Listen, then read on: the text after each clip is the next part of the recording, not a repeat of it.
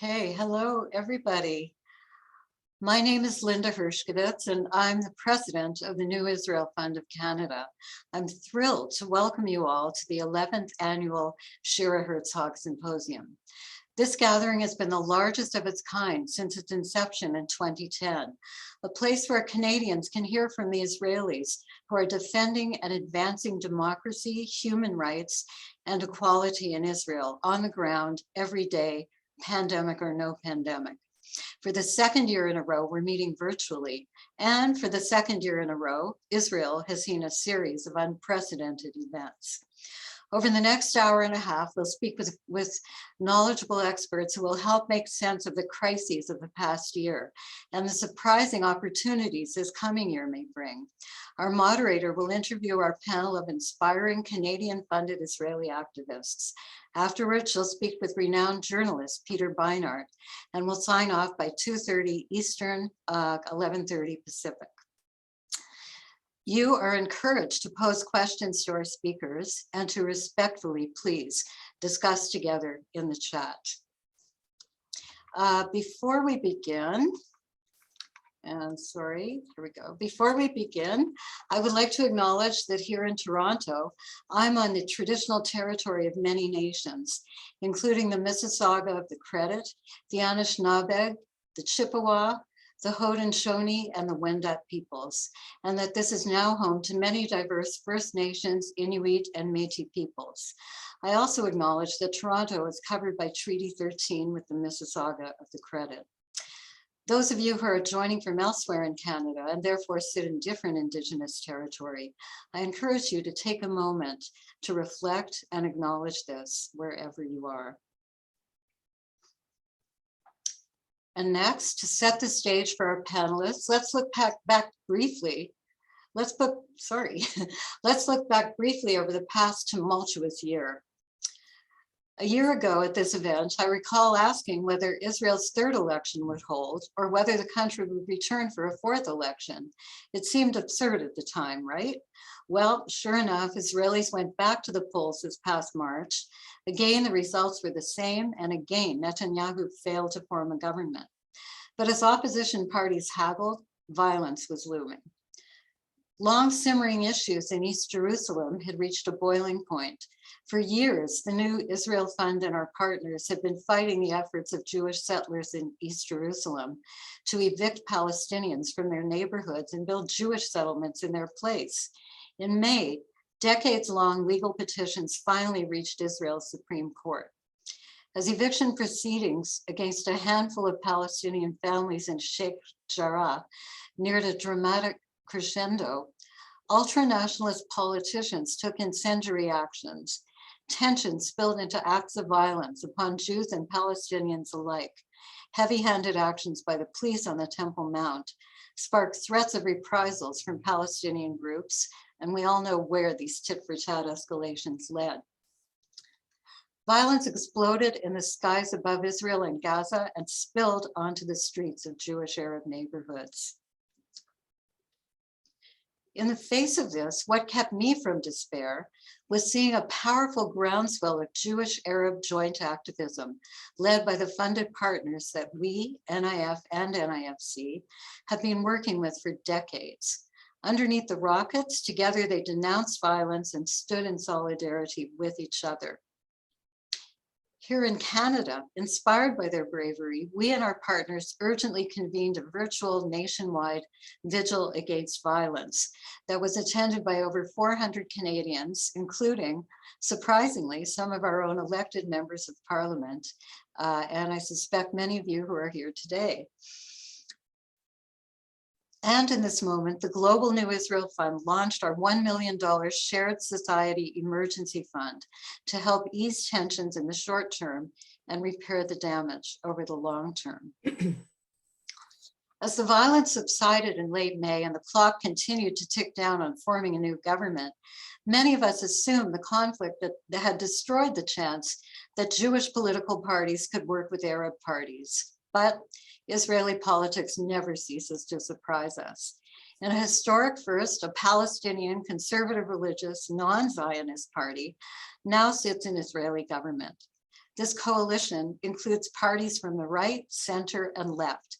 Its members are in deep opposition with each other on the biggest issues of the day. And yet, they forged a potentially paradigm-shifting precedent and opened some immediate windows of opportunity.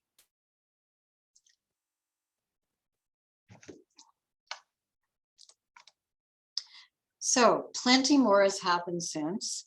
What are we to make of these events? What are the lasting effects of May's violence? Can this strange new government actually survive and make real change? And closer to home, how do we in Canada make sense of the upsurge in both anti-Semitism and Islamophobia that we've seen over the last year? To address these questions and more, I'd like to introduce our moderator, Esther Enkin. Esther has over 25 years of journalism experience with CBC News and is widely recognized in Canada and abroad for her leadership in the field of journalistic ethics. She's won awards for her documentaries for the Journal. At the CBC, she held a number of senior leadership roles, culminating in her service as CBC's ombudsman from 2012 to 2019. She's vice president of the Canadian Journalism Forum on Violence and Trauma, and contributed a chapter on ombudsman to a recently published book entitled Global Journalism Ethics. And we are delighted that over the last year, she has agreed to join us as a new board member of the New Israel Fund of Canada. Esther, over to you. Thanks, Linda, and thank you all for joining us today. As Linda mentioned, it's been a challenging year. The events of May shook Israelis as well as Jews across the world.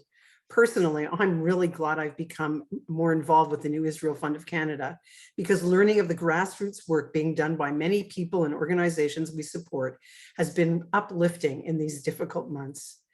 These Israelis stand as a bulwark and a beacon to all those who seek justice and equality and an end to the occupation. Our first two guests today are actively involved in the work to build bridges, spread the word, and to advocate for civil and human rights in Israel and in the territories. We will talk in just a moment about the challenges and opportunities they face arising out of May's violence and in light of this new and strange Israeli government.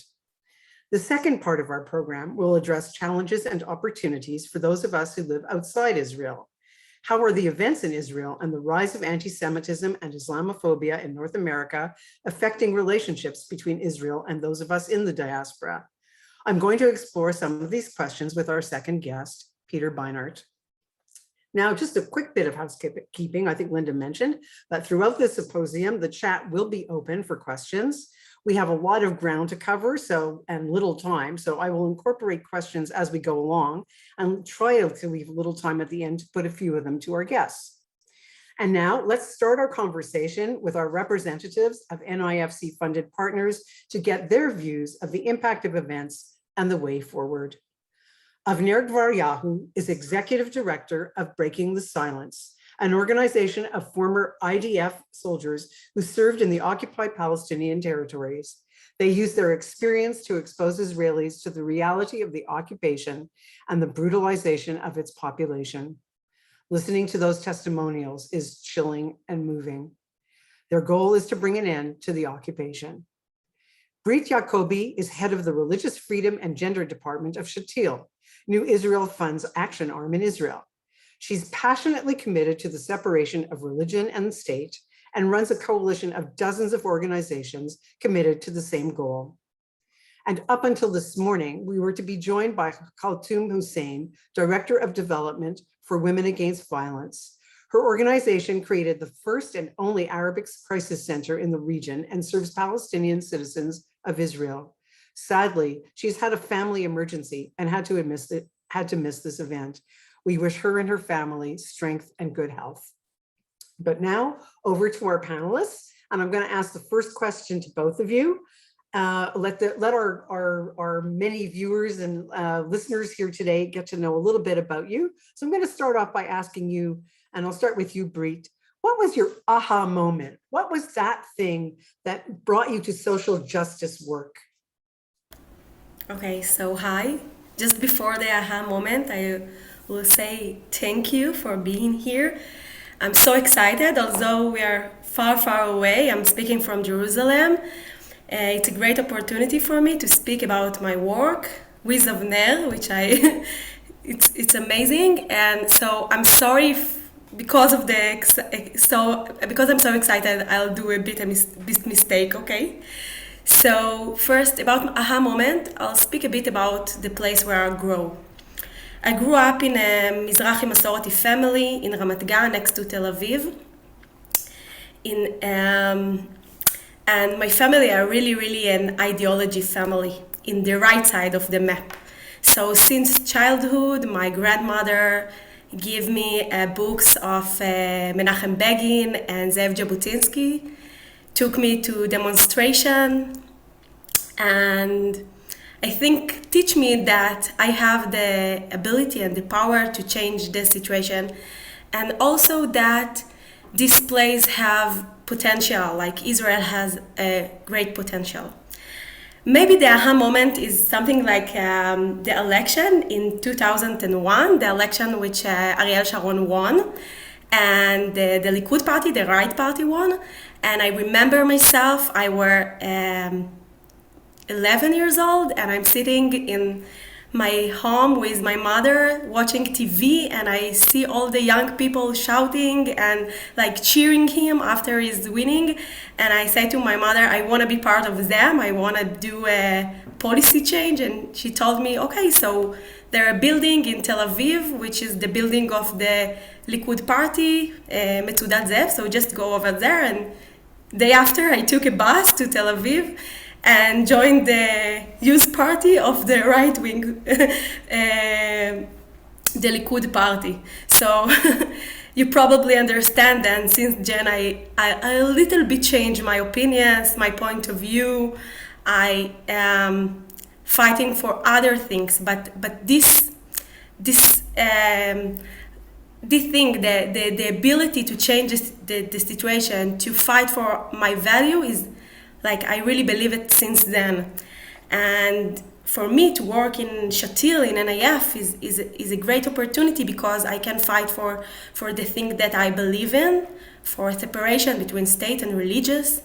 With my colleagues, some of them are here, with my colleague that fight for other things that are important, fighting the occupation, fighting for shared society, and we do it like we don't need to choose one thing. We can do it together and like changing Israel together. So Brit, I hear that this passionate young child with a belief in change, and it was in a certain direction, and that value brought you somewhere to another side. What was the moment where the separation of religion and here we say church and state because we're here, that religion and state became important to you?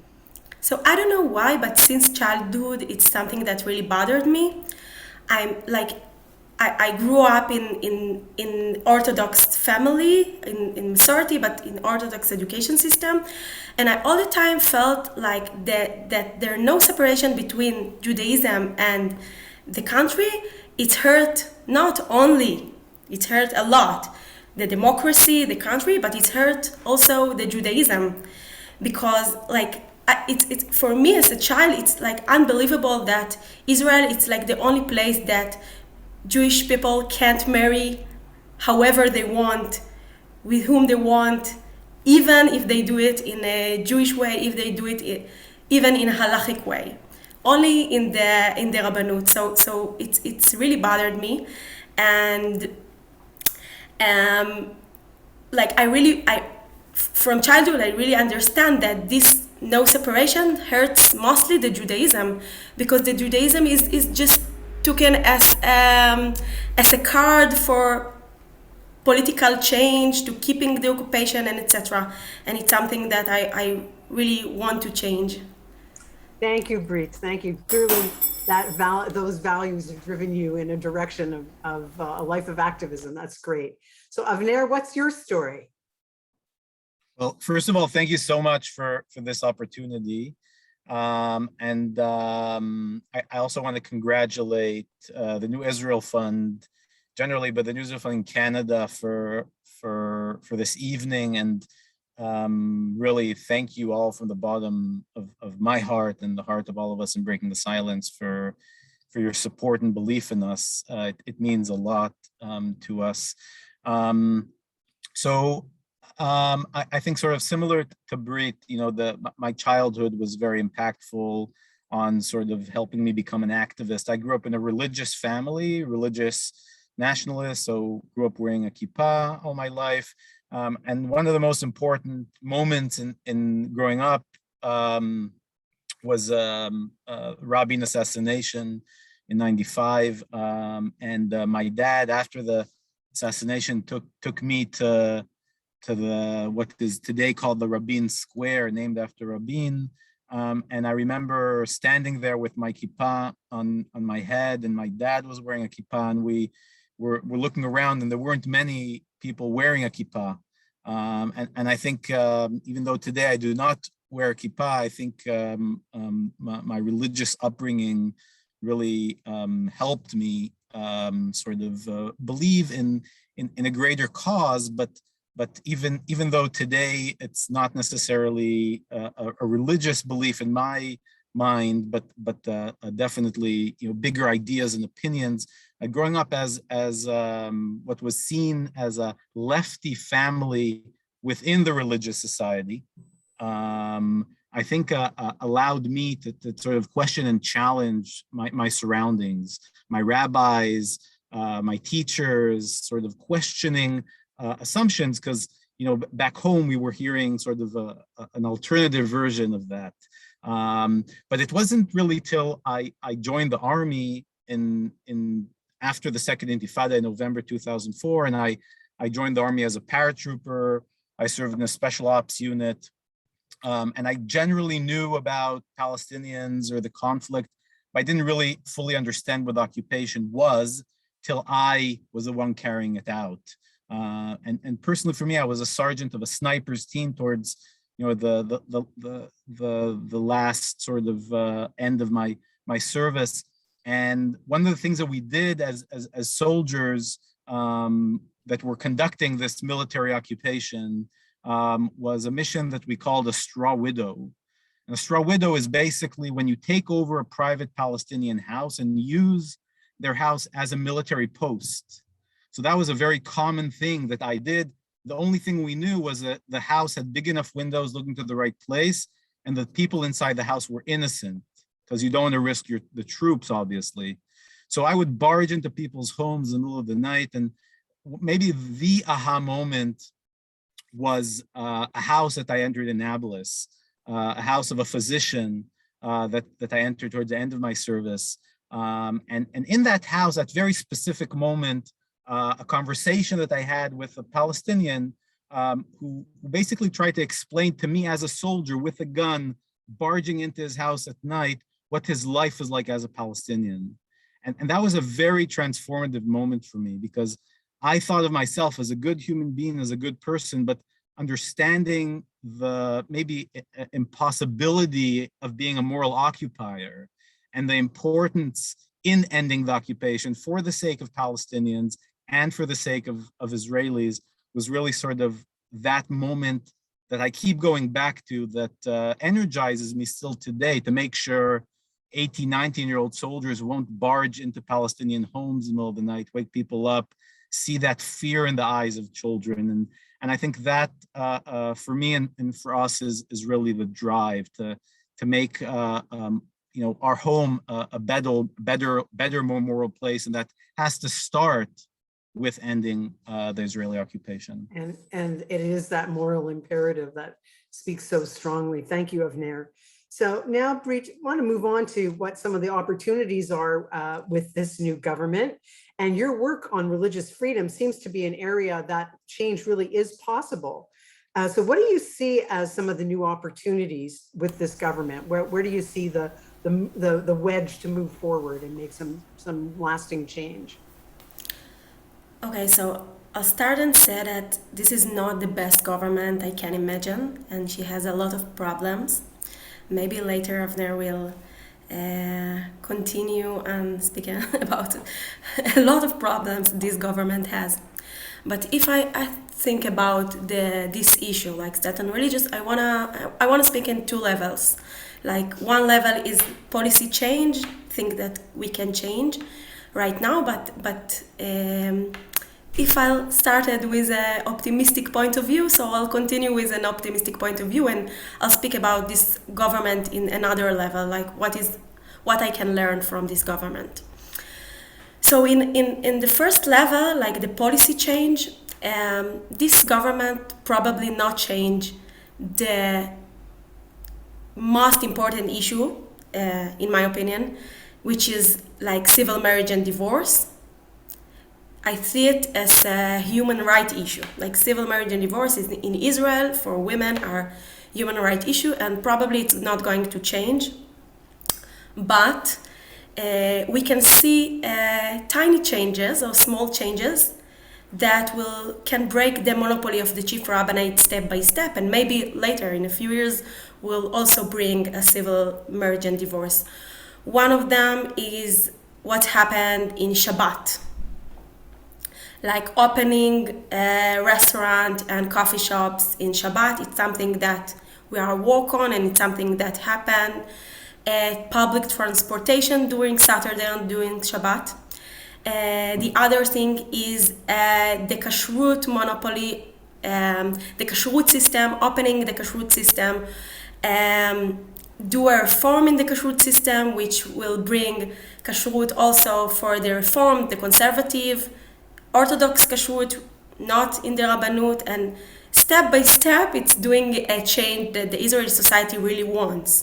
Like we're speaking about 80% from the Israeli society that want civil marriage and divorce, to open things during Shabbat. So it's amazing that we can do it till now. And the other thing, it's what happened inside the Haredi community. So we have a government without Haredi parties, and paradoxically, it can be a great change inside the Haredi community for Haredis, because right now most of the Haredi boys are not learning core curriculum. They're learning in private schools, only Torah. They not learn English and math, and it's really hard for them to enter after it to the Israeli society, to the academy, to work, maybe the army if they want. And right now I work with activists and with organizations inside the Haredi community, modern Haredi, that work hand by hand with Knesset members to change it, to open a public school inside the Haredi community, just like in other communities, which they can learn also Torah and learn core curriculum, and it's amazing thing. So this is gonna change in this government. So I speak about this level, and it's optimistic level, although there are a lot of changes. But I want to say something else about this government. Half a year ago, we didn't even imagine that can be a government without Netanyahu, government with Arabic party in the coalition. So, and if someone had said it, so we were laughing. And it's amazing that it's just happened. And I tell you what, everything is the same. People are not going to demonstrate. Most of the Israeli society are really fine with it. And it's really, I learned from it that the Israeli society are much more progressive than we think sometimes.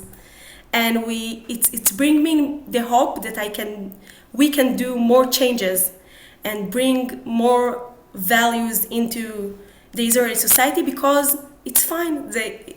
It just need a specific moment in the timeline to change everything. So although there are a lot of problems with this government, I'm full of optimistic view.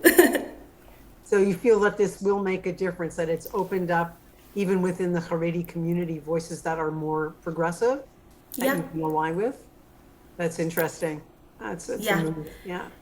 In the last 3 years, I'm leading the work with the Haredi movement in NIF. We didn't work with the Haredi community. The Haredi community are 12% from the Israeli society. It's amazing. We can't think about the Israeli society without working with Haredi, with Arabic. So I'm leading this work, and with my colleagues inside the Haredi community, a feminist Haredi woman, and it's amazing.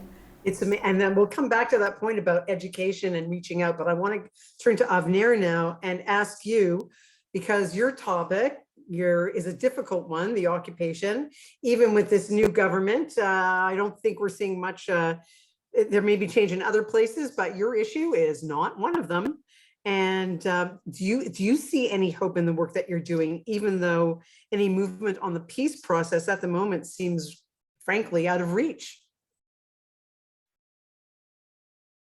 Well, you know, I just to piggyback off what Brit said, I think that something happened, and a very dramatic sort of common sense thinking shifted in this last government, and it has to do in the core of it with a beginning of a legitimization process of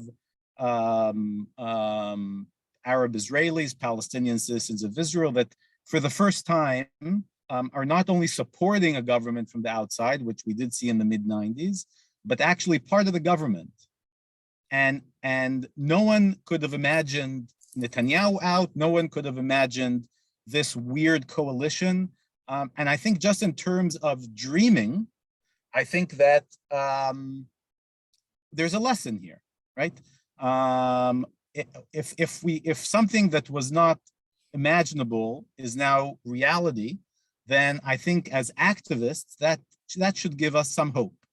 Now, with that said, you know, that was my optimistic part. We'll go to the less optimistic part.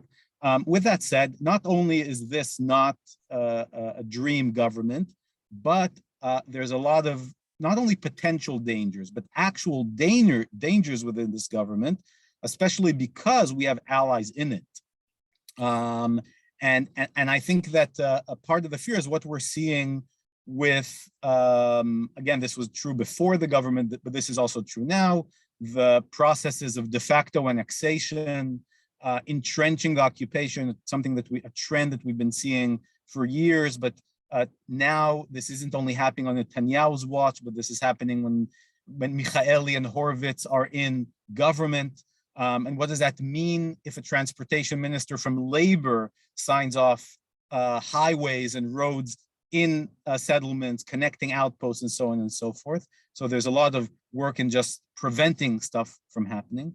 But even a very pressing issue, which has been happening for years, but in the past year and a half under COVID, and the last couple of weeks, this horrific phenomenon of settler violence, Israeli settlers attacking Palestinians, and soldiers not only standing idly by, but in some cases abiding. We saw a video that surfaced from brave activists from B'Tselem and Palestinians who are documenting on the ground, where we actually saw a settler take a personal rifle of a soldier and shoot it. Right, this happened with this government, and that's where I think, with the opportunity, there's a very big challenge, because there's one thing we know for certain: we're not going to see any dramatic things happening, but we know that part of the success of the Israeli occupation is making sure that a lot of what allows it to be so strong are not dramatic actions, right? Approval here, destruction of the Palestinian community there, slowly but surely this entrenchment. So I think we as activists here have a lot of work cut out for us in order to make sure that we use this moment to re-legitimize our political camp and to build political ties, I believe, extremely important between Jews and Arabs, also with the parties that are outside the coalition. But even more than that, we have to see how we don't let this issue that no one is going to deal with dramatically, we can't allow it to stay off the table, because if we allow this government to just keep the status quo and not challenging it, then we're basically accepting this reality of permanent occupation. So opportunities for sure, but very, very big challenges. And I think, maybe we'll get to this later on, I think there's an extremely, extremely important role that Jewish communities outside of Israel can play.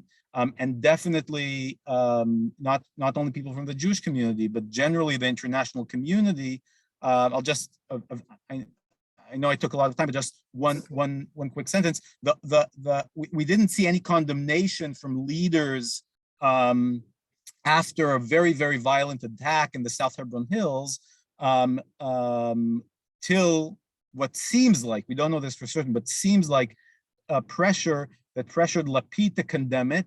And the hint is that he tweeted the same tweet in Hebrew and in English.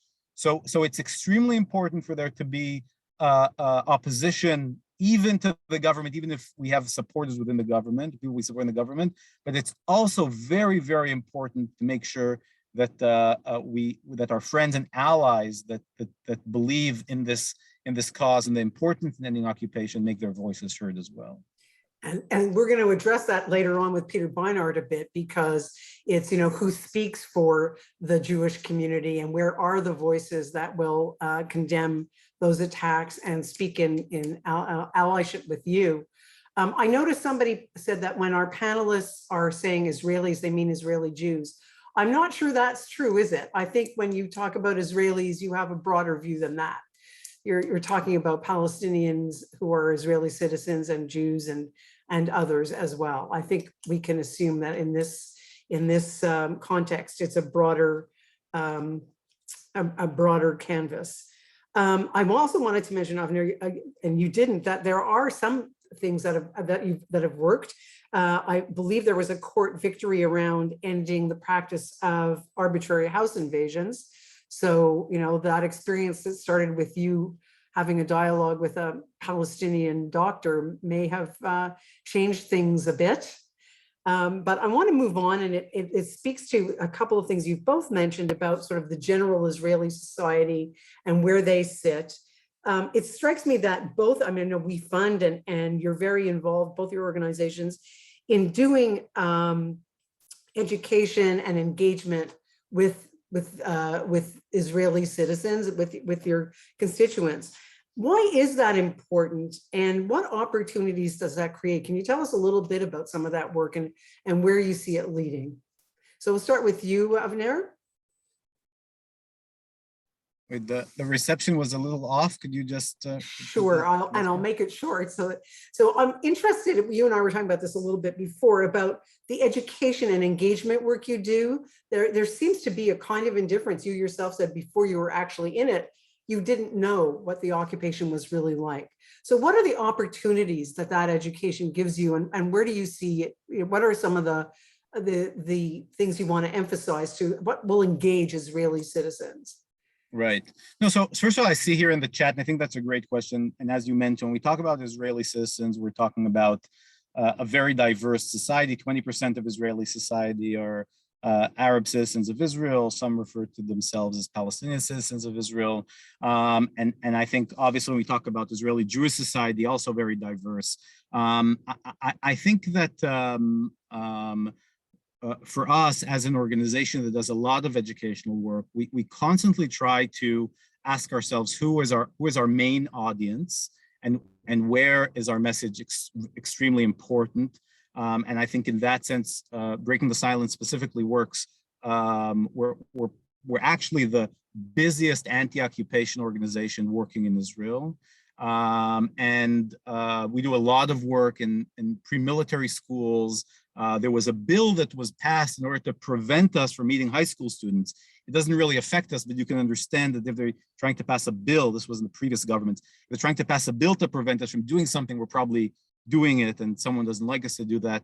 But obviously in college campuses. But actually on that point, we recently thinking about political ties and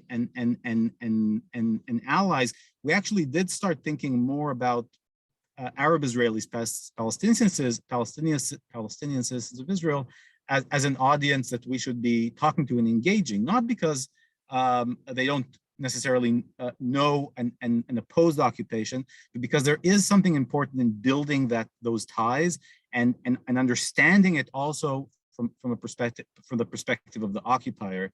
But I think one of the most important elements in our educational work is the fact that through the meetings with us, there are also many opportunities for Israelis that are really a main audience, but also international community to meet with us, which we believe to be interesting and important, but also meet with Palestinians who are there on the ground. And I think that part of sort of the vision that some of the civil society organizations, we know that we're not representing sadly the majority of Israeli society. We're working to shift that, but we're definitely allowing a model. And I think in many civil society organizations, you see both within Israel proper, Jews and Arabs working together, but also some of the models that Israeli anti-occupation organizations have with working with Palestinians. It's not this coexistence, because there isn't coexistence with this unequal system, but definitely this concept of co-resistance. It's working together or being sort of a vehicle for knowledge for people to see what's happening in the city of Hebron, to understand the situation of Palestinians, lack of water and destruction of Palestinian communities in Area C. So I think for us, our day-to-day work, our educational work is really what is so important for us, because one of the amazing things, even though we're such a small country, especially compared to Canada, we're such a small country, but still the barriers, some of them physical and some of them mental, really work. And it's so easy to drive from Tel Aviv to area, to Area C, to South Urban Hills, to Hebron, to Bethlehem.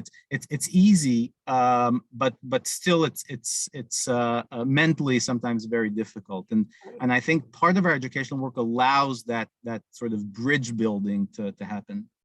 And when you talk about Area C, can you just briefly explain to people who may not be familiar with that terminology? Yeah, definitely. So Area C is an outcome of the Oslo agreements. Basically, the first attempt to negotiate land for peace, and the first step, and some criticize it for being a first step and not something that was swifter, was giving the PLO, right, the Palestinian Liberation Organization, an element within it became the Palestinian Authority, give authority in Area A, right, but mostly civil authority, and self-security. So there's Palestinian police in Area A, and civil responsibilities in Area B. Area C, which is the largest area in the West Bank, over 60% of the West Bank, is under direct Israeli control, but there's thousands of Palestinians still living there.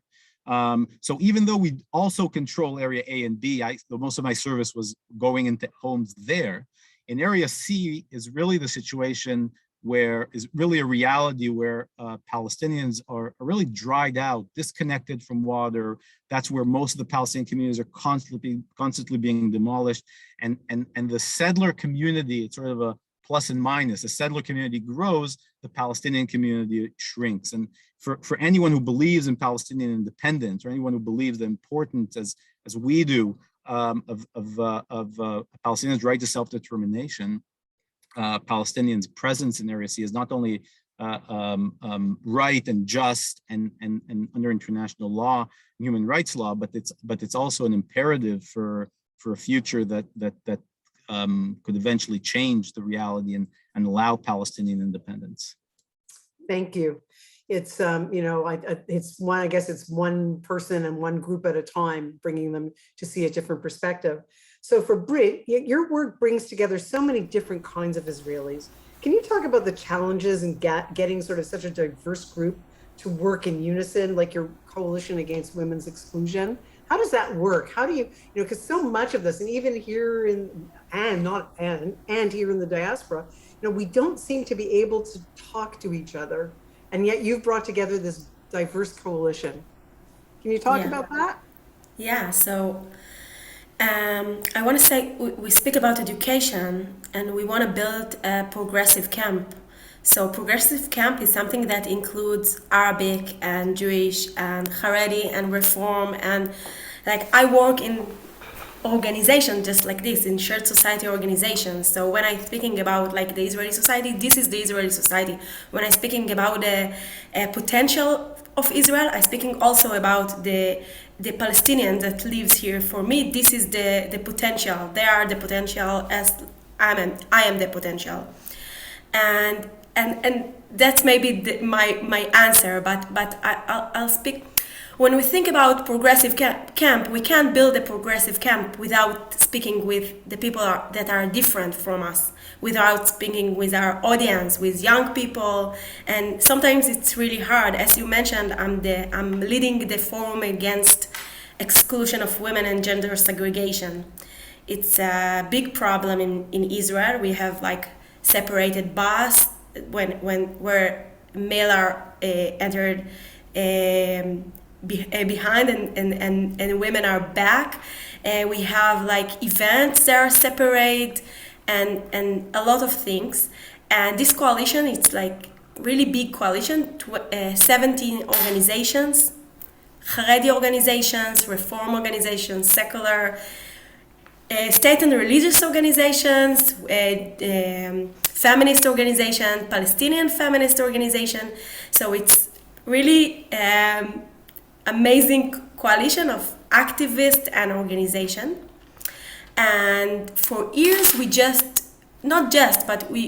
fight mostly in the court about this issue. And 2 years ago we did a retreat, a strategy retreat. You can imagine how many many of people just like the answers of what we need to do, like what are our What the strategy should be? what we want to achieve in the next years. And we target the education work, which we start to understand that we need to do education work with the young women, that they're going to the army and see the gender segregation, that the next leadership of Israel.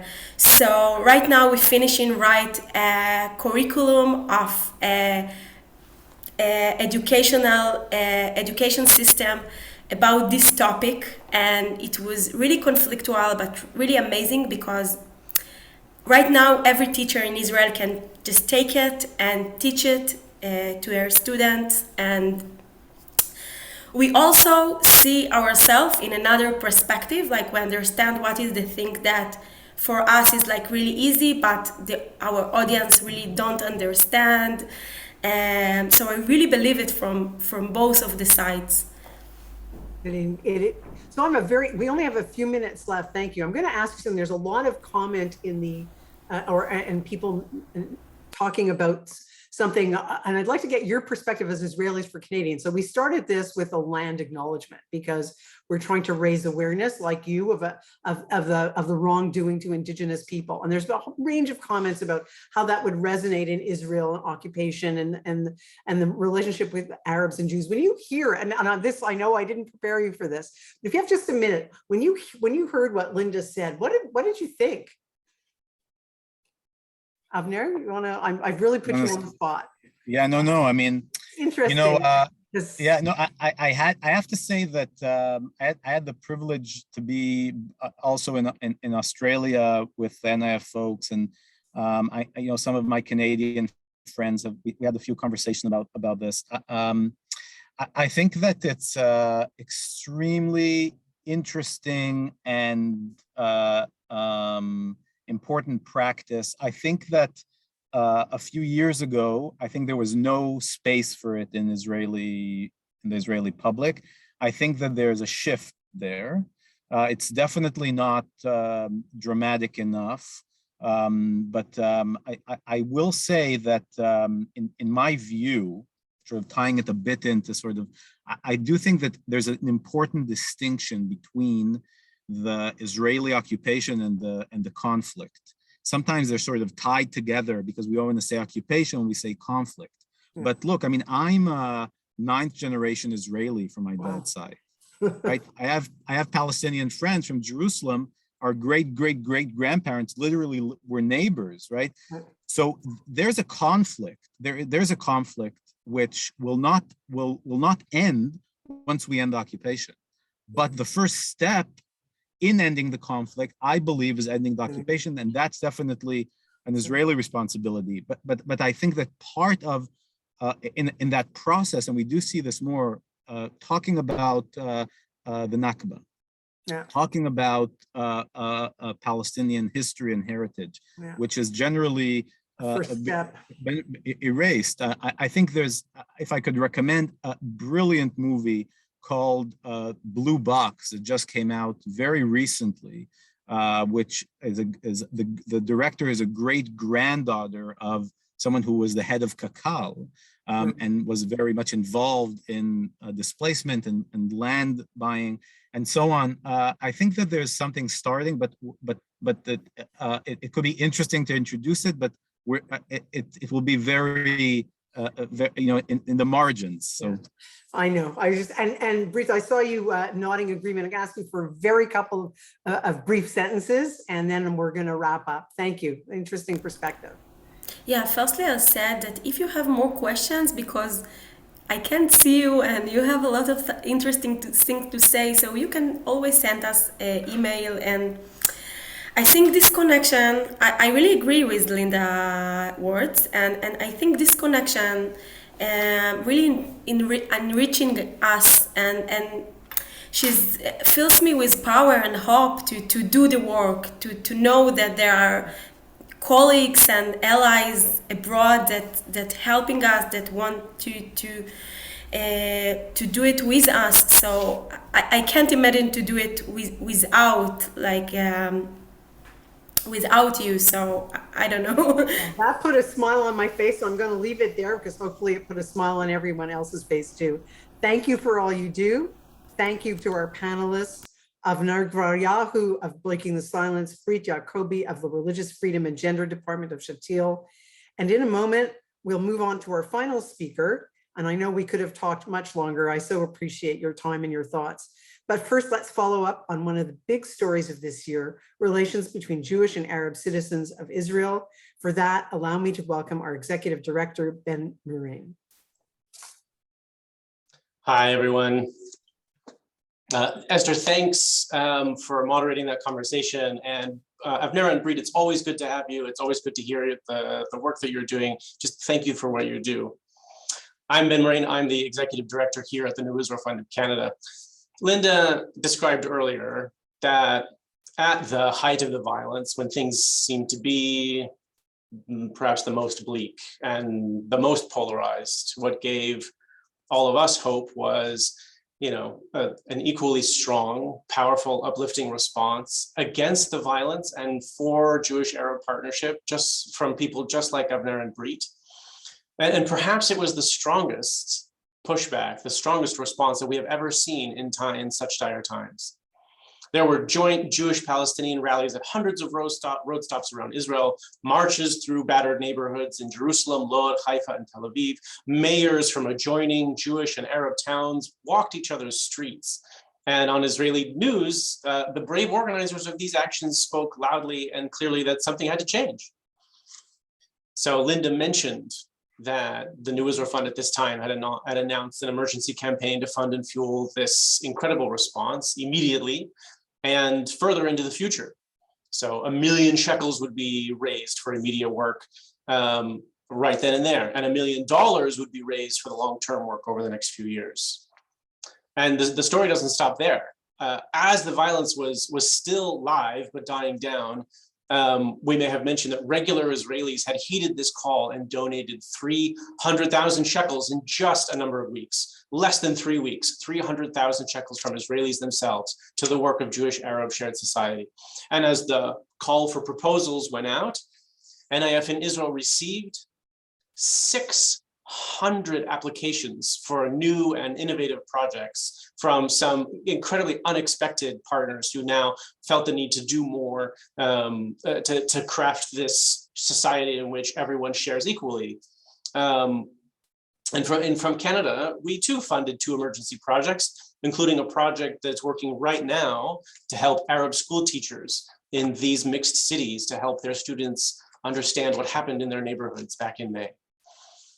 But again, the story doesn't stop there. The groundswell since we spoke with you last, the groundswell from among Israelis has continued. And as of today, grassroots donors in Israel have donated 800,000 shekels specifically for Jewish-Arab Partnership.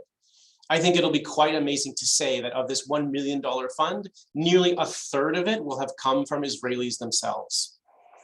So here in Canada, we set out to raise $100,000 towards the Shared Society Emergency Fund ourselves. And as of today, we've already raised $63,000 from people just like you. So many of you responded immediately and gave even more generously. Thank you. And this story isn't going to stop here. This funding is going to dozens of projects in the coming months and year, projects that will bring Jews and Arabs together across Israel, municipal and religious leaders, educators, young people in the north and the south and the center, and most especially between those living in neighborhoods that experienced the violence directly. Only those who live there together can truly rebuild trust together. And of the 600 applications, we only have the resources to really fund 20 of them, at least at the moment. So you too have an opportunity to be part of this story. If you haven't given already, I'm asking you today to give in solidarity with the Israelis who rallied, who marched, who spoke up at the most unpopular of times, and who gave of their own money to create a better future in their country between Jews and Arabs. In the coming weeks and months, I hope you'll all stay tuned as we unveil the first projects, and that you'll all help us devote $100,000 Canadian towards these projects this year. Thank you for considering. Esther, back to you. Thanks, Ben. Now we're going to turn our attention to the impact that the recent events have had on here in the diaspora. Peter Beinart is a professor of journalism and political science at the Craig Newmark School of Journalism at City University of New York. He's a columnist and contributor at Jewish Currents, the New York Times, and CNN, amongst others. He writes and creates the Beinart Notebook newsletter on Substack.com. He's one of the sharpest observers and commentators on Israeli politics and diaspora Jewry, which will be our focus today. Peter has been a friend of NIFC for many years and has spoken to Canadian audiences frequently, including at the Shira Herzog Symposium. Having said that, we can't avoid that Mr. Beinart supports a one-state solution, whereas the New Israel Fund remains committed to the two-state solution. But while we have our differences, both NIFC and Peter share a commitment towards making Israel a more equal and just place right now. The symposium has often featured speakers with whom we have differences of views, and we believe that that is a healthy thing for the Jewish community. We value his astute analysis of the mood of the diaspora and the impact of both events in Israel and the rise of anti-Semitism has on them and its relationship with Israel. So Peter, welcome. Thanks so much for having me. Pleasure. So we have been hearing about the impact of the fighting in May on the work of our previous panelists. It's been a big impact here in Canada and the US as well, outside of Israel. This time around, though, it seemed like there were more voices, more diverse voices, Palestinian voices, which of course, as progressives, we welcome. Yet I got the feeling that the presence of these voices and some Palestinian symbols, like even just a flag being unfurled, really, there are some people who are very uncomfortable with it, and they really feel that that drives anti-Semitism. Can you help us pull all that apart and make some sense of it? Sure, and thank you so much for being here. It's really it's an honor to be with New Israel Fund Canada. I admire so much the work that you do. I'm such an admirer of Shira Herzog, and also just to quickly mention that, as you mentioned, that there may be folks on this call who don't agree with me about everything.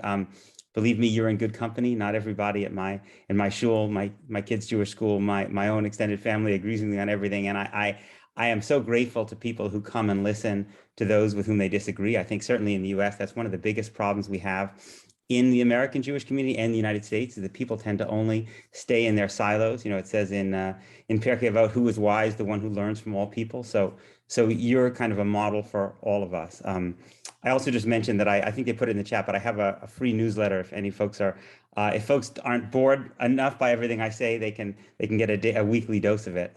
It's in the chat for sure. Yeah, and I just put it in again. I think that the conversation in the United States was different during this round of violence than it had been in, say, 2008, 2009, or 2014, 2012, other wars between Israel and Gaza. And I think a lot of it really had to do with changes that had been happening inside the United States. It was, and fundamentally, the impact of Black Lives Matter in the United States was to put questions of representation front and center in a way that they hadn't been as much, especially in the media. And so there was a kind of, I would say, new embarrassment in the American media about the fact that historically Palestinians have been so poorly represented in American conversations about Palestinians. It's been so common, and I've been part of this. You will so oftenly have conversations about Palestinians with no Palestinians in the room. And I think that the realization that American media had been doing that for too long vis-a-vis Black Americans and too long vis-a-vis women meant that people made more of an effort than they had, maybe not as much as they should, but more of an effort to bring Palestinians in. And also because Palestinians, I think, had been turned to social media in response to their relative exclusion from the mainstream media, and that the social media and mainstream media worlds are not as distinct as they used to be. I think that we heard a lot more from Palestinians in the U.S. And I think, and when you have Palestinians in part of the conversation, I mean, this is part of what makes New Israel Fund such an important organization, because it's one of those rare diaspora Jewish organizations that really does give Palestinians a platform. And we know that when Palestinians are part of the conversation and can speak from their experience, the conversation is very different. And I think it gave Americans a better sense than they had. Not just, they may have already had some sense of the fears of Israeli Jews, the narrative of Israeli Jews, the anxiety of Israeli Jews, but the sense of what it's like to be a Palestinian living in Gaza, right, where there is no Iron Dome, where you have, where the death rates are much, much higher, right, where literally stories of families that were saying, you know, we're going to huddle together in one room because if we're going to die tonight, we want to die together. I think those stories, the stories from Sheikh Jarrah, of people talking about the fact that their families had been evicted in 1948, expelled, and now we're on the verge of being expelled again. I think those stories had an impact in the American conversation. Now, that surge of Palestinian and pro-Palestinian activism and solidarity was challenging and threatening to some in the American Jewish community. And there were tragically moments in time at which there are individuals who claim to be struggling for Palestinian freedom seemed to be targeting Jews. There were events in New York, there were events in Los Angeles, and understandably, some here too. People responded with a great deal of fear and outrage, as they should have. But I think it's important to not. It's important to, on the one hand, condemn that. And condemn it strongly, but also be careful about using the incidents of a small number of people to target all Palestinians, people struggling for Palestinian rights, even all people who support things that many American Jews may not support, like the boycott, divestment, sanctions movement. I know and follow a great deal of Palestinian activists and intellectuals who write, and almost to a person, they were unequivocal that anti-Semitism has no place in the movement that they want to lead. And I think at the same time that we condemn those people who did commit anti-Semitism, we have to acknowledge those many, many other people who reject anti-Semitism. So it really is so much part of a perspective. And I think I would observe, since, you know, the American reference, well, certainly Black Lives Matter had an impact in Canada, but it's very interesting today when we began with the land acknowledgement, which is standard practice in most institutions now in Canada. And we've been facing a lot of hard truths about the residential schools and reconciliation, that it's generated a discussion, a rather lively discussion in the chat around representation and what that means, you know, in Israeli perspective, which is why I asked the panelists about it. So it's certainly a live thing in Canada too. Yes. And you are so far, I should just say, you know, kol hakavod, because you are so far ahead of where we are in the United States in terms of grappling with the treatment, with the genocide that happened in the United States towards Native Americans. It is, as you know, it is vanishingly rare to have any acknowledgement whatsoever in American public spaces of what was done to Indigenous people in the United States. So I think that, again, it just shows, it's important to say these things, because it's important to say that when we criticize what Israel is doing and we speak about the moral outrages of what Israel is doing, we certainly as Americans do not speak from some ivory tower in which we have solved all these problems. We are involved in our own parallel struggle against deeply, deeply, deeply rooted racism, structural racism that we have not really, we've just barely begun to take account of. Well, you know, I don't think anybody's without sin. And I guess the other part of Perkei to say, it's not our job to finish the work, but nor can we decline to begin it or be part of it. So absolutely. And in all of that, you know, what you say makes sense, you know, that we attend to that which, you know, sort of heightens our fears. And there does seem to be a really major divide in Jewish communities in North America, those who really do fear that, you know, rising anti-Semitism has an impact on them, has an impact on Israel, and who just see a different set of solution. And we can't seem to talk to each other. I know my own synagogue.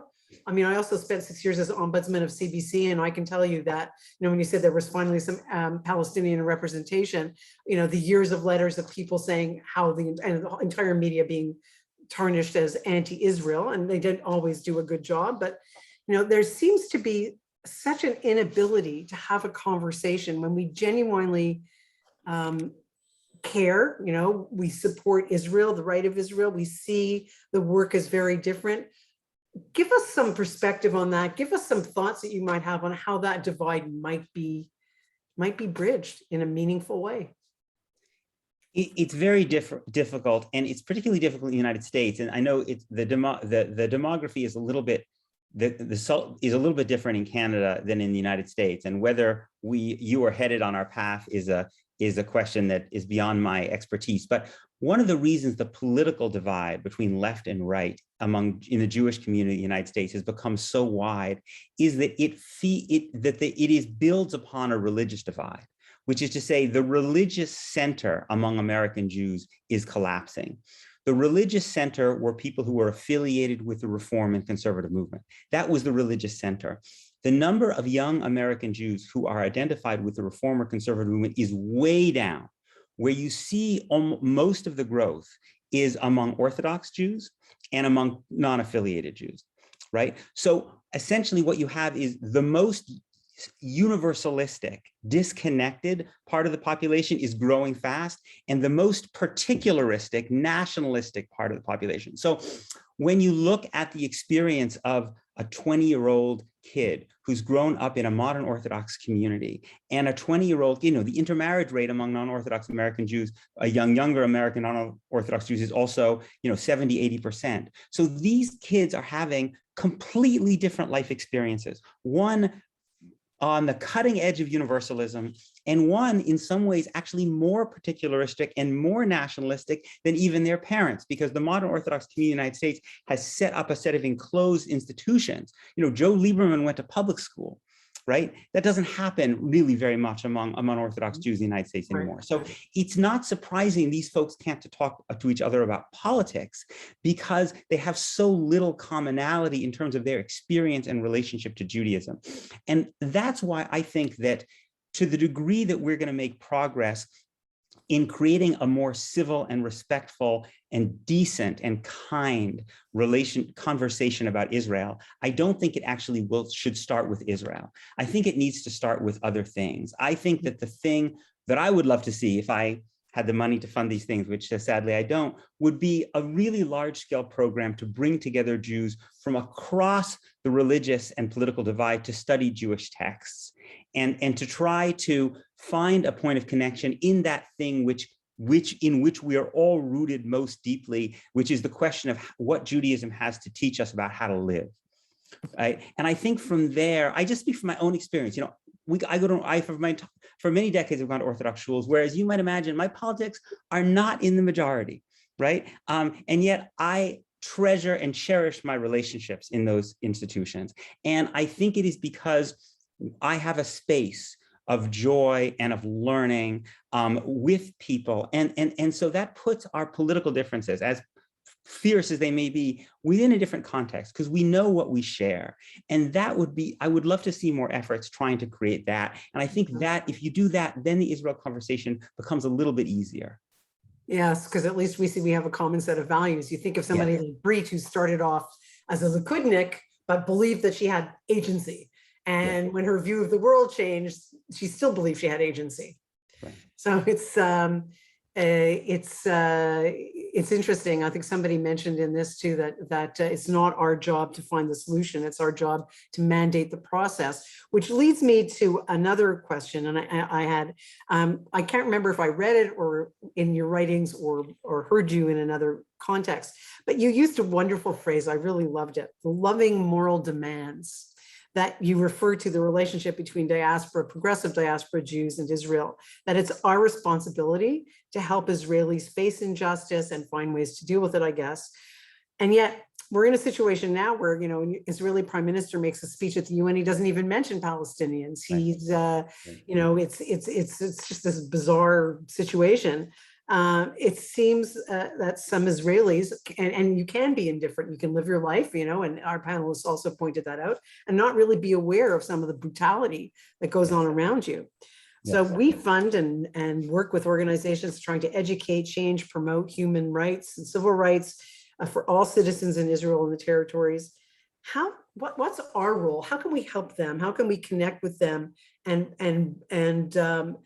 break through that indifference to mobilize a larger group of people, I guess, in Israel, but also here. But let's talk about Israel first. What's our role vis-a-vis them? I mean, I think the first thing is the norm that exists at NIF, but does not exist in most other diaspora Jewish institutions, which is that you listen to Palestinians, must become the norm. It is, you know, one of the things that happens in the US a lot, and maybe in Canada as well, is this anxiety that parents have about what happens on college campuses, you know, where Jewish kids who come from very pro-Israel environments feel very often threatened and anxious by the criticism or even hostility they hear. But the problem is that we have raised these kids and never exposed them. Most of the kids will have gone through their shuls, their Jewish day schools, their after-school Hebrew schools, their summer camps, their Israel programs, and never read a book by a Palestinian, never seen a film by a Palestinian, never interacted with a Palestinian. First of all, even if you're just seeing this, even if you're just thinking about a debate about how you're going to prepare kids to defend Israel's point of view, right? What kind of intelligent strategy is that?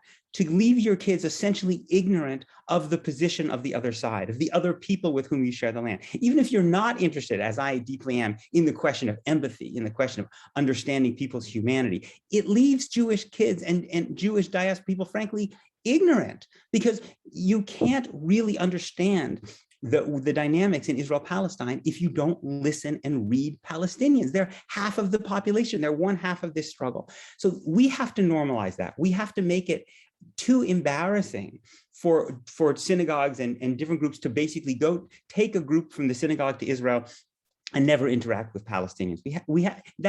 I have seen again and again, you know, that when people, even one day spent with Palestinians in the West Bank, one day, a half a day, listening to people who are just as human, who want all the same things that we want, talk about what it's like to live your entire life without the basic rights that we take for granted, without the right to be a citizen of the country in which you live, because you live under Israeli control, but you can't become a citizen. You can't vote for the Israeli government that controls your life. You need a military pass to travel around. You live under military law while your Jewish neighbors have full due process. You have a few hours of water per day, and you can see the swimming pools in the settlements nearby. I don't care how right-wing you are.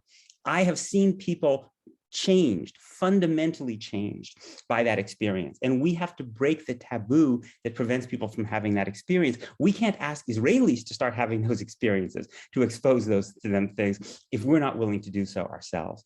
And I think the other thing is we have to think about the question of whether the question of Palestinian freedom and the question of the interest of Israeli Jews is best served by a hear no evil, see no evil policy in which the US government, for instance, writes unconditional blank checks to the Israeli government, no matter what it does. Even if our money is being used to imprison Palestinian children and put them in indefinite detention as it is, even if it's being used to bulldoze Palestinian homes in Area C, for instance, when Palestinians have done nothing more than build without permits that they can't get because they're not citizens, and so the government does not respond to them. We have to ask those questions. You know, Frederick Douglass famously said, "Power concedes nothing without a demand." The genius of people like Martin Luther King and Nelson Mandela was that the demand was loving. The demand made it absolutely clear that they wanted to live in freedom and dignity and security alongside the people that were oppressing them. They didn't want to displace them. They didn't want to humiliate them. They didn't want to turn the tables and make them the underdogs, but there was still a demand.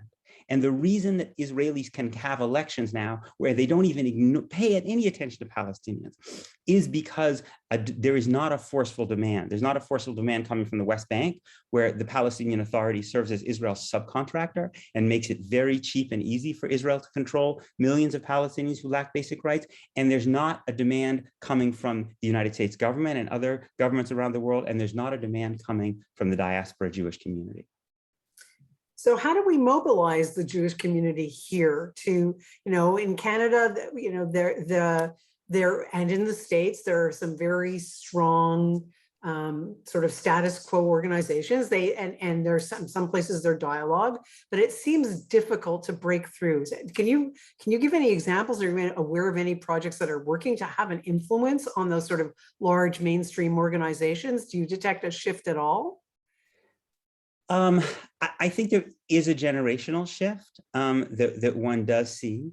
It's interesting there's a group in the United States called If Not Now, which is, and I think it exists in Canada as well, mostly younger American and other diaspora Jews who are challenging the complicity of the Jewish organizational institutions in the occupation. And they did an event at the AIPAC conference a couple of years ago.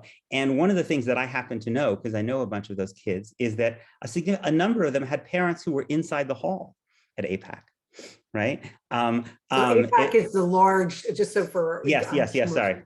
It's the largest kind of most influential American Jewish kind of pro-Israel lobbying organization. So we see this generational divide. And I do think, again, just to go back to the point I was making before, there's a group, if you look at the work of the group called Encounter, for instance, right, led by Yona Shem Tova, a native of Toronto, which takes American Jews and other diaspora Jews to the West Bank, or Extend, which is another wonderful group that takes kids after their birth rate tours and says, stay for a few more days and come into the West Bank. I think that really has the potential to change the conversation. It's one thing to hear some lunatic like me ranting and raving or reading the stuff that I'm writing, but don't trust me. When you see it for yourself, that's the most powerful thing. Seems to be a critical piece of it.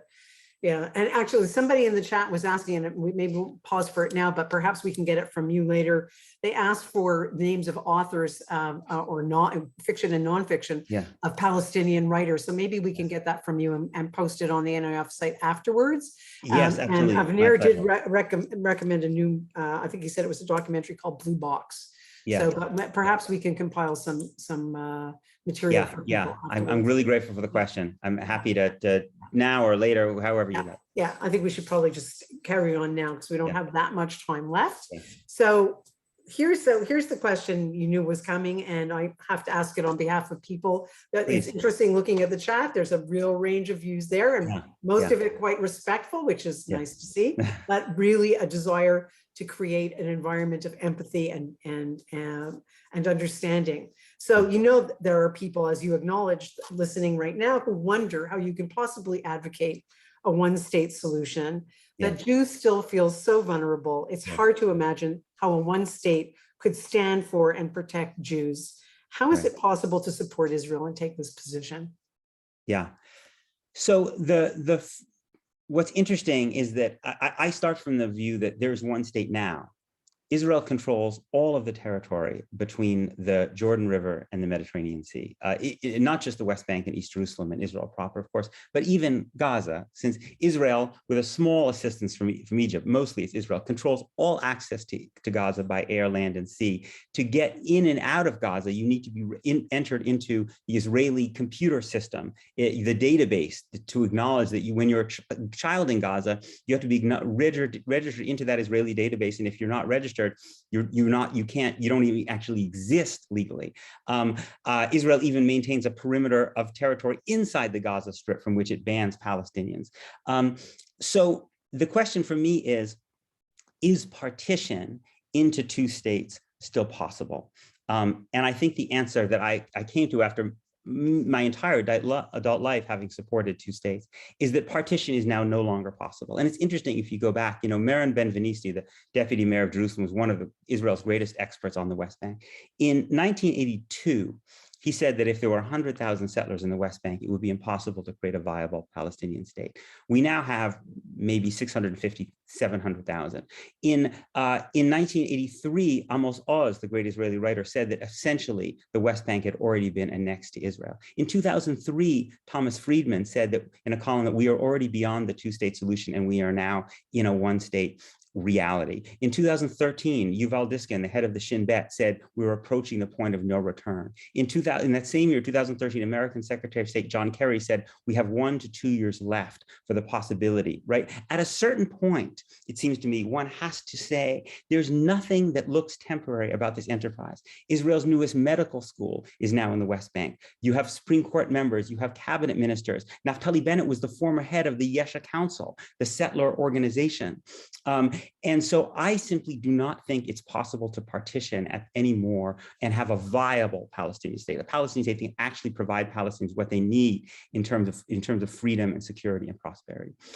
But for me, then the question is really between the one state that we have now, one state in which millions of Palestinians are stateless non-citizens under Israeli law. And even those Palestinian citizens who do have citizenship are profoundly second-class citizens.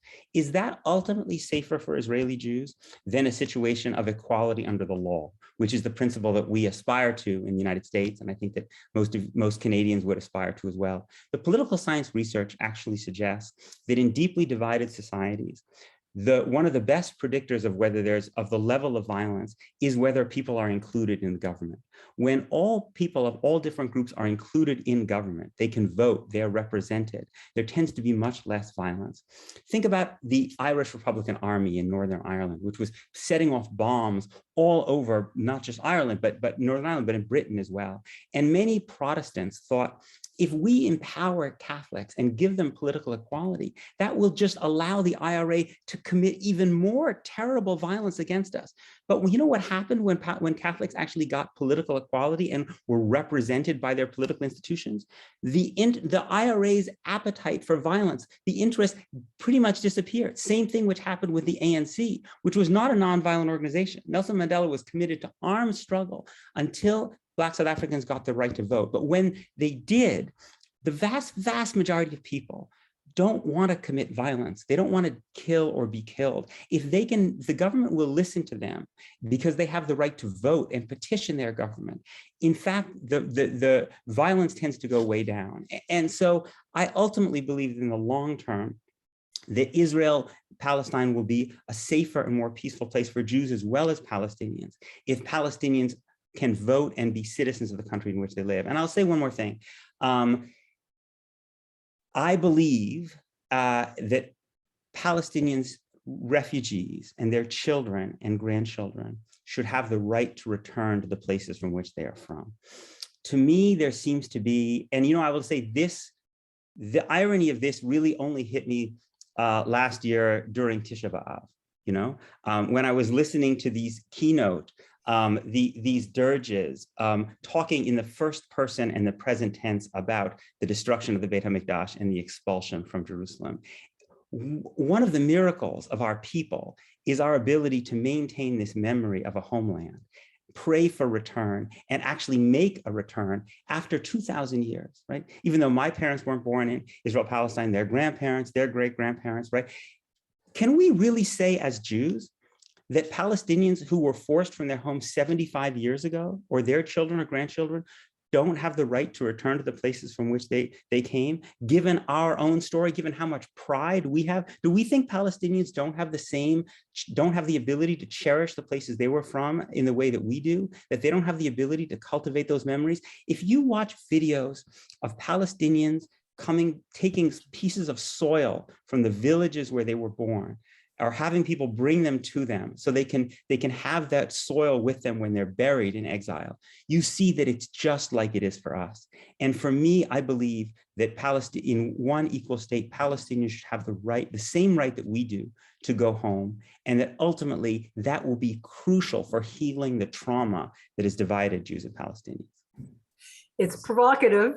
And I'm seeing that there are similar kinds of questions people are pushing on, which is, but how do you assure that Israel would be a place of safety for all Jews? And what would the role of Hezbollah, Hamas be in such a configuration? Yes.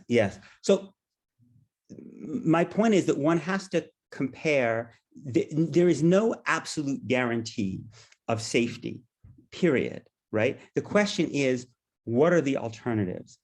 I genuinely believe, and I say this as someone who interacts with Palestinians virtually every day, right? That there is nothing inherent in Palestinians any more than any other group of people that want to kill Jews simply because that's what Palestinians do for fun, right? In every single nationalist movement of people who are denied freedom, you have nonviolent and violent efforts. The American Revolution was violent, right? The IRA was violent. The South African freedom struggle was violent and nonviolent. Yes, there are violent elements in that Palestinian struggle, as there have been in almost all efforts.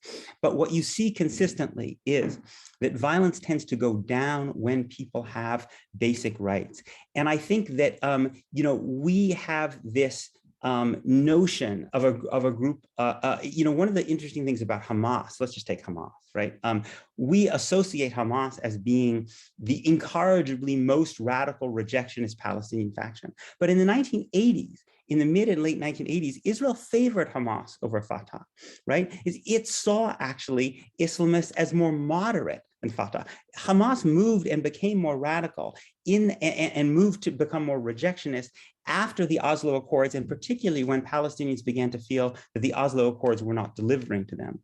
In Israel itself, it is an Islamist party, Ram, that has joined Naftali Bennett's government, right? And Islam comes from essentially the same ideological tradition, which is the Muslim Brotherhood tradition that exists across the Arab world as Hamas.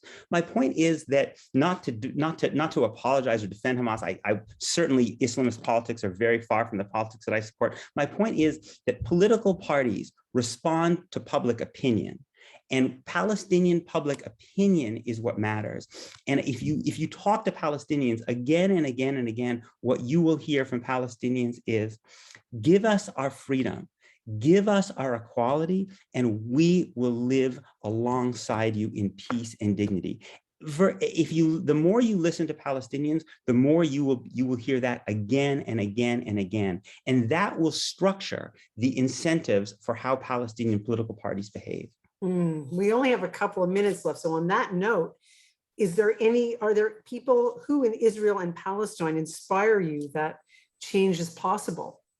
Are there people that? So many people, some of the people you had before here now, people like the late Rabbi Menachem Froman, a settler Orthodox rabbi who went to meet his Palestinian neighbors and went on a journey and ultimately said, I will never leave Judea and Samaria because this place in the land is precious to me as a Jew, but I'm willing to live here as an equal under the same law as my Palestinian neighbors. His funeral was attended by the neighboring Palestinians because they responded to his willingness to see them as human beings. People like Ayman Odeh, the head of the Joint List, who's fought for the rights of Holocaust survivors, fought for the Israeli government to pay Holocaust survivors the amount that they deserve as a way of showing that he doesn't see Israeli Jews as outsiders in this place, that he wants them to live with the same dignity that he demands for himself as a Palestinian. All the Palestinian political parties in Israel want Israel to be a state for all its citizens, a state in which there is not favoritism or privilege for Jews over Palestinians. And they say that not because they want to deny Israeli Jews the right to live in Eretz Israel, but because they believe that the rights of Israeli Jews' lives will be enhanced if Palestinians have those same freedoms. Those are the people who inspire me. Wow, it is inspiring. And on that note, perhaps we will say thank you. And I will also note that obviously NIF has long been on record as committed to the two-state solution and continues to believe it is the best solution for the desires of both the Jewish and Palestinian peoples. The sad reality is, though, right now, Israelis and Palestinians are not even holding negotiations. Indeed, Israeli Prime Minister Naftali Bennett has explicitly said that his government's claim to fame will not be solving this conflict, which is pretty demoralizing for me. This makes the question of one state or two less relevant at present. What is relevant, and on this NIF certainly agrees, is working towards making Israel a more equal and just place right now and following in the footsteps of people that Peter mentioned. Peter, we count you as a friend and ally, and we're very pleased you shared your thinking with us today. Thank you so much for your time and for your thoughts. Thank you. And in fact, we are going to end almost on time. And I hope you've been inspired, challenged, educated. Even if you didn't agree with everything you heard, it's certainly given us a lot to think about. And I think we all know that it comes from the same moral center of wanting to make profound and lasting change for equality. So I certainly have a lot to think about. And as Ben said, the work of the New Israel Fund of Canada right now and in the coming year is more critical than ever, whether the issue is as immovable as the occupation seems to be, or as ripe with opportunity as some women's issues. We're steadfast in our commitment to empowering progressive Israelis to protect and advance democracy and equality in Israel. Thank you all so much for your time. I don't know where you are, but here it's a beautiful autumn day. Please go and enjoy it. Thank you so much for joining us. Good afternoon and goodbye.